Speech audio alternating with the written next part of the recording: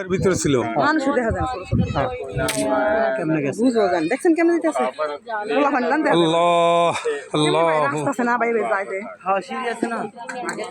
এই সেই পাহাড় হযরত মুহাম্মদ সাল্লাল্লাহু আলাইহি সাল্লাম যেখানে গুহায় লুকানো অবস্থায় ছিলেন।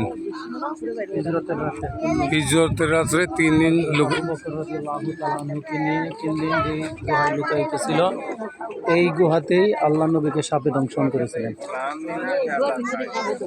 হ্যাঁ বলেন। আল্লাহু আকবার আল্লাহু আকবার আল্লাহু আকবার। এই সেই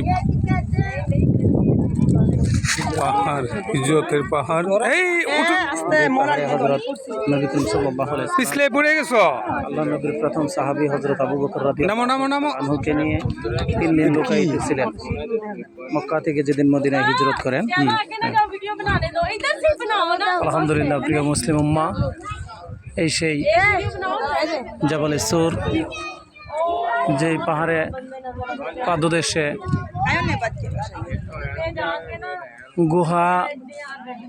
গুহাতে হযরত আবু বকর রাদিয়াল্লাহু তাআলা আনহুকে নিয়ে আল্লাহর হাবিব নবী মুহাম্মদ রাসূলুল্লাহ সাল্লাল্লাহু আলাইহি ওয়াসাল্লাম 3 দিন 3 রজনী লুকায়িত ছিলেন।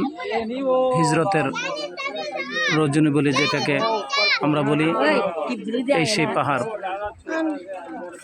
এখন আমরা দোয়া করব। বন্ধ করে দেবো।